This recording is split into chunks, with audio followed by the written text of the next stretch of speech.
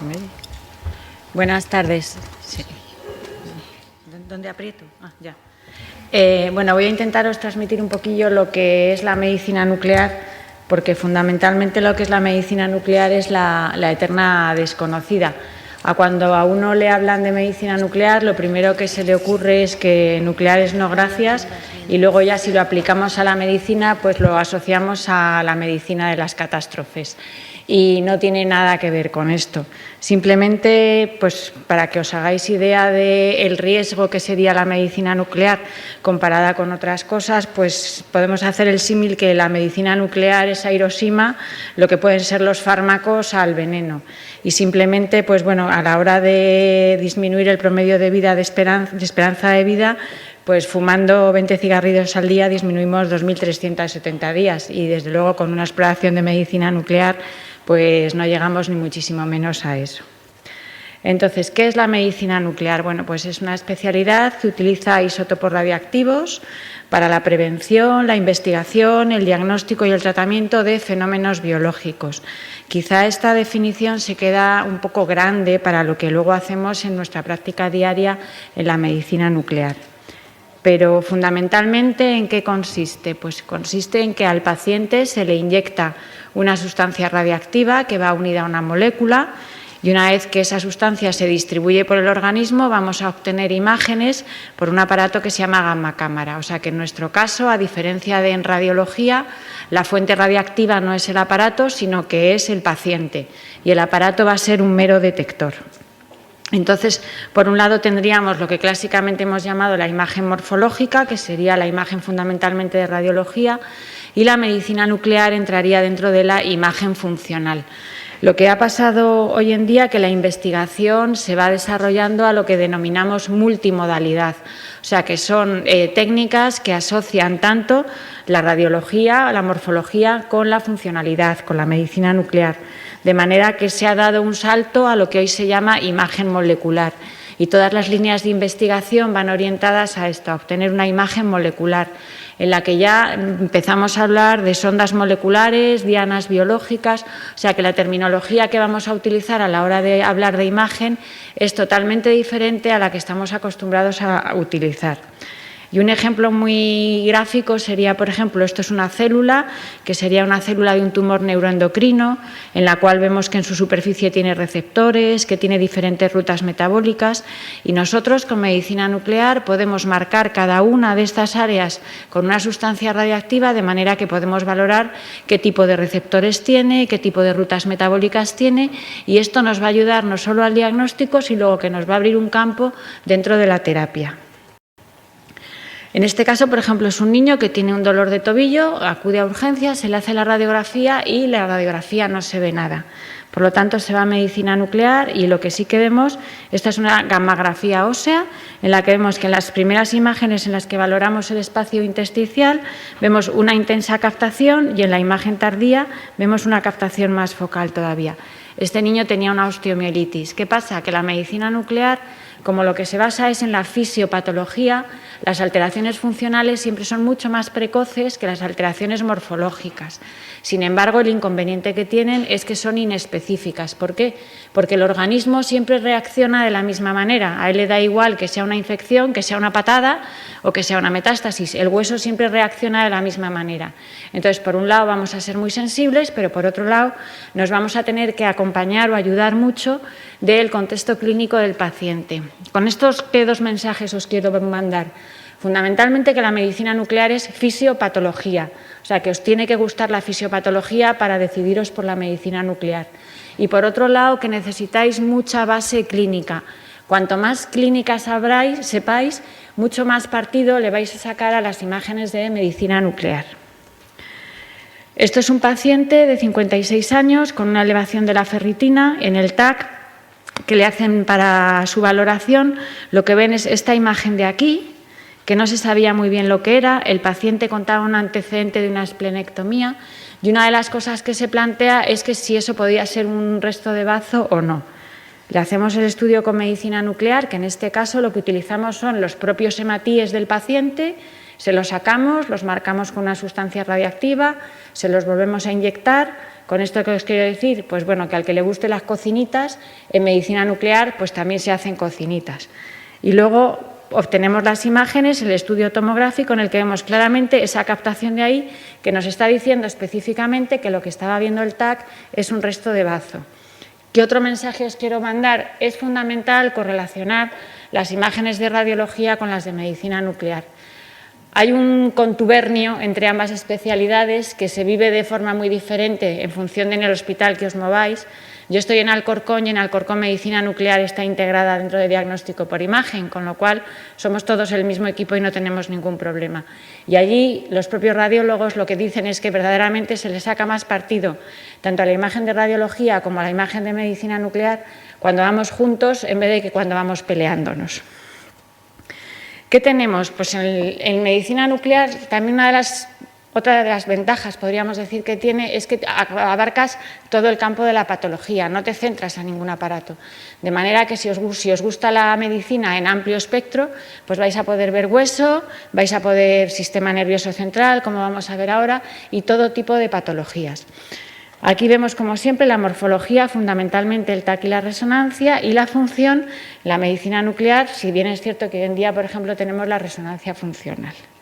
En este caso tenemos un paciente con un diagnóstico de demencia en el cual vemos que el TAC no ve nada y, sin embargo, en la imagen gamma-gráfica vemos claramente que tiene una hipocaptación en la región parietal y en la región temporal.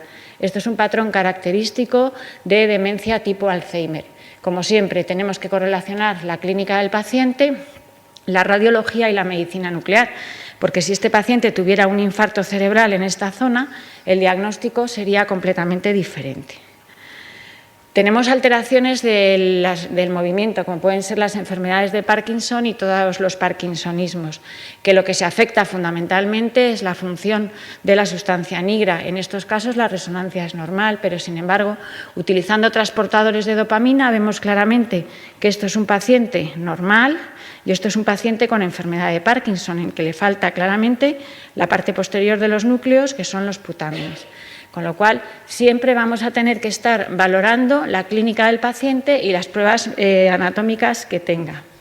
Dentro de la cardiología, hoy en día se está desarrollando mucho el TAC y la resonancia para cardiología, que nos están dando fundamentalmente forma también. ¿Pero qué nos ayuda a la función? La medicina nuclear. Aquí tenemos un paciente en el que se le ha hecho un angiotac, en el que vemos que tiene calcificaciones de las coronarias y aquí tiene una estenosis, en la cual desde el punto de vista de morfología es significativa. Sin embargo, le hacemos un estudio de perfusión miocárdica tras esfuerzo, o sea que cuando el paciente está en el máximo esfuerzo, le inyectamos el isótopo. ¿Qué nos hace falta? Pues tener mucha base de cardiología para saber cuándo una prueba de esfuerzo es valorable, cuándo no es valorable, qué probabilidad tiene el paciente de tener una enfermedad coronaria, cuál probabilidad no tiene. Le hacemos el estudio con esfuerzo y en el reposo y vemos que no hay alteraciones. ¿Qué consecuencias tiene esto? Pues que a este paciente hay que hacerle un seguimiento médico, no hace falta hacerle ningún otro tipo de tratamiento. Sin embargo, en este caso tenemos un paciente con un dolor anginoso, le hacemos la prueba de esfuerzo, veis que aquí falta un trozo que corresponde a la cara anterior y apical, que lo vemos también en este corte, y sin embargo, cuando le hacemos el estudio en reposo, esto ha mejorado totalmente. Esto nos está diciendo que este paciente sí que tiene isquemia, que tiene mucho riesgo de desarrollar un evento cardíaco y que entonces la actitud tiene que ser mucho más agresiva. Entonces, lo que también quiero transmitiros es que las imágenes de medicina nuclear, si tú las ves como una base clínica, tienen mucha repercusión en el manejo de los pacientes. Y eso depende totalmente de cómo tú utilices las imágenes. Tú puedes describir esto como capta o no capta, que es como muchas veces, por desgracia, nos encontramos, o puedes meter esto en el contexto del paciente y lo que le estás diciendo al cardiólogo es: hazle un cateterismo, que este señor se nos va a infartar en un plis-plas. Entonces, depende de lo activos que seáis vosotros y de la interrelación que tengáis con los clínicos, os vais a sentir mucho más importantes, os vais a sentir simplemente fotógrafos diciendo capta o no capta, que en ese sentido la verdad es que la especialidad es bastante triste. Aquí lo mismo, tenemos una poliquitosis hepatorrenal, que este paciente tenía fiebre, acabó haciéndose una nefrectomía izquierda, pero el paciente sigue con fiebre. Como tiene tantos quistes, pues no sabemos de dónde puede venir. Se le hace un estudio con galio 67, que es otro trazador, y vemos que tiene una intensa captación a nivel de abdomen. Si correlacionamos las imágenes del TAC con la medicina nuclear, nos vemos que se corresponde a este quiste que estaba infectado. Se le pinchó con un pictel y empezó a salir allí pus a gogo. Otras veces, igual que pasa con radiología, nos encontramos hallazgos que no buscamos, los típicos incidentalomas. Y esto es un paciente en el cual se le hace una prueba para el diagnóstico de hiperparatiroidismo, en el cual, en el uso de la cirugía mínimamente invasiva, la medicina nuclear es muy útil porque nos está diciendo si la glándula patológica es de derechas o de izquierdas, de manera que eso va a repercutir a la hora de hacer la incisión quirúrgica. Y en el estudio con el trazador que utilizamos vemos esta intensa captación a nivel del cerebro. Es decir, que esto era una señora que estaba totalmente asintomática desde el punto de vista neurológico. Al ver esta captación, como nosotros sabemos cómo es la biodistribución del trazador que hemos utilizado y sabemos que es un trazador que tiene afinidad por los tumores, pues inmediatamente nos ponemos en contacto con radiología, que está en la puerta de al lado, se le hace un escáner y esta señora lo que tenía un meningioma que tuvo que ingresar inmediatamente y todo el mundo se quedó asustado porque tenía un gran desplazamiento y edema y sin embargo estaba totalmente asintomática. Dentro de la oncología es uno de los campos que se está abriendo ahora mucho de la medicina nuclear, fundamentalmente por la implantación del PET, la tomografía de emisión de positrones. ¿Qué nos planteamos en un paciente con un tumor? Pues localizar cuál es el tumor primario, localizar cómo están los ganglios y luego si tiene enfermedad a distancia. Evidentemente, para el tumor primario, lo que es FETEN es la radiología, tanto el TAC como la resonancia, depende del tipo de tumor que estemos estudiando. ¿Por qué? Porque nos va a decir el tamaño que tiene, las relaciones anatómicas, y eso va a ser fundamental a la hora de operar al paciente. Sin embargo, a nivel de tumor primario también tenemos un poquito que aportar. De manera que, por ejemplo, en el diagnóstico del nódulo pulmonar solitario, si nosotros tenemos un nódulo pulmonar solitario en el cual le hacemos un estudio con glucosa, con PET, y vemos que capta, ese señor acaba de comprar papeletas para que eso sea un tumor maligno y entonces hay que ir a por él. También a veces resulta que un paciente debuta directamente con metástasis, y este es un caso de un paciente que debuta con metástasis hepáticas de un tumor carcinoide, pero no encontramos dónde está el tumor carcinoide. Se le decide hacer un PET, ahora en este caso con DOPA, y lo que vemos es que tiene a nivel de intestino y además tiene adenopatías abdominales. De esta manera hemos conseguido localizar el tumor primario. Para el ganglio centinela, que ahora con el cáncer de mama sabéis que está totalmente implantado, pues al que le guste también un poquito el quirófano, cada vez está habiendo, si se puede decir, medicina nuclear intervencionista. ¿De qué manera? Pues que haya, no solo en el cáncer de mama, sino en el melanoma, en la próstata y cada vez en más tumores se está haciendo esta técnica, de manera que la sustancia radiactiva se le inyecta al paciente en el servicio de medicina nuclear, se ve cómo migra, que se comporta como si fuera una célula tumoral y se queda aquí es donde se le ha inyectado, alrededor de la lesión. Como podéis ver, las imágenes, pues la resolución que tienen es ninguna, estamos viendo manchas. Pero es el arte del médico nuclear el que tiene que traducir estas manchas en repercusión para el paciente. Entonces vemos que aquí tenemos donde lo hemos inyectado y ha emigrado aquí. Esto es lo que se denomina el ganglio centinela. ¿Qué quiere decir esto? Que si alguna célula se ha escapado del tumor, a la primera estación ganglionar que va a ir es a esta. Con lo cual, en quirófano, haciendo una mínima incisión, con una sonda de detección externa, se localiza el ganglio, se extirpa y se analiza.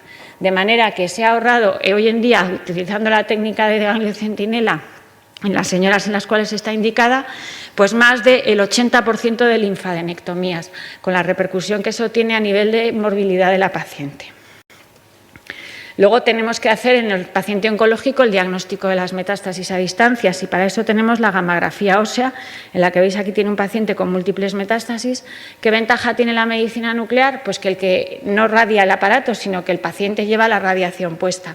De manera que aunque tú le hagas 5, 10, 3.000 fotos, no le estás radiando más. Eso te permite pues, el hacer múltiples proyecciones con toda tranquilidad y poder sacar el máximo partido a la información que te está dando la imagen.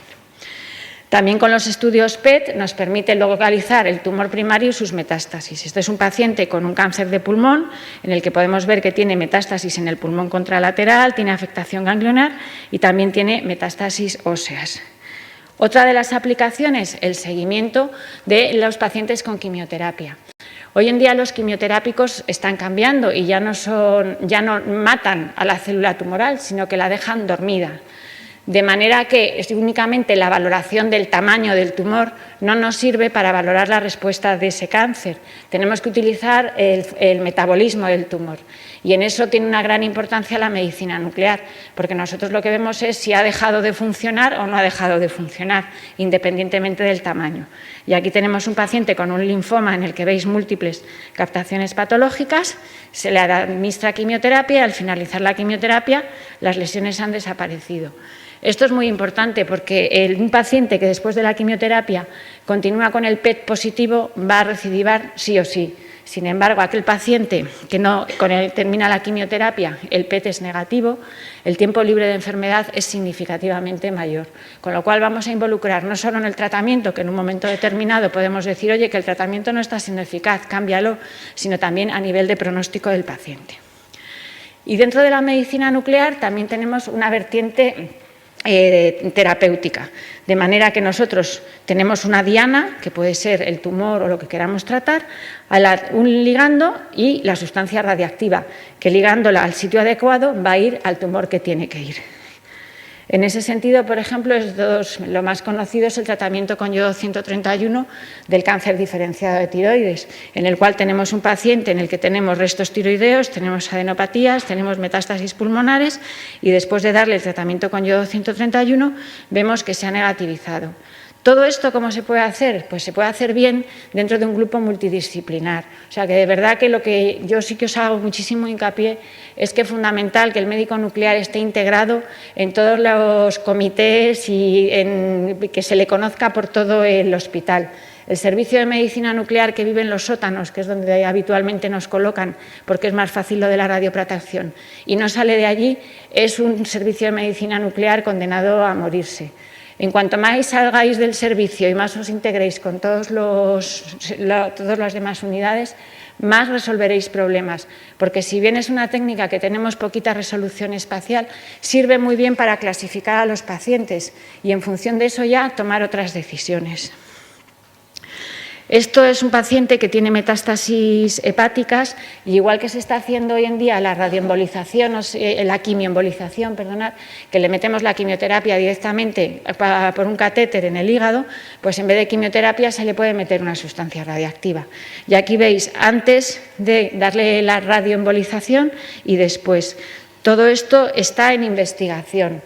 Con esto que os quiero transmitir, pues que hoy en día la medicina nuclear está muy viva porque la oncología está evolucionando cada vez más y nosotros estamos teniendo cada vez más papel, con lo cual se están haciendo muchas innovaciones y hay muchos trabajos de investigación en curso.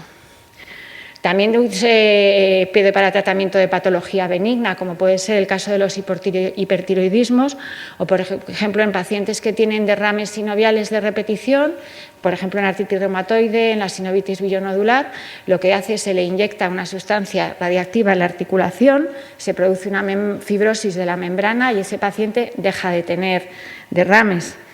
Aquí tenemos un paciente en la que resonancia vemos que tenía derrames, ya había sido intervenido, derrames de repetición, y entonces se le hizo el tratamiento con itrio.